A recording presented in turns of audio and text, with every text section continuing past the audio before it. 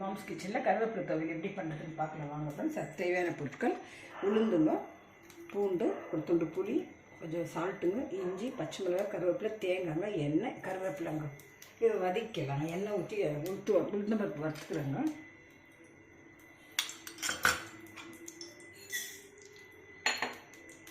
மிளகா, புளி, காஞ்ச மிளகா, பச்சை மிளகாய், தேங்காய் போட்டு வறுத்துக்கலாங்க.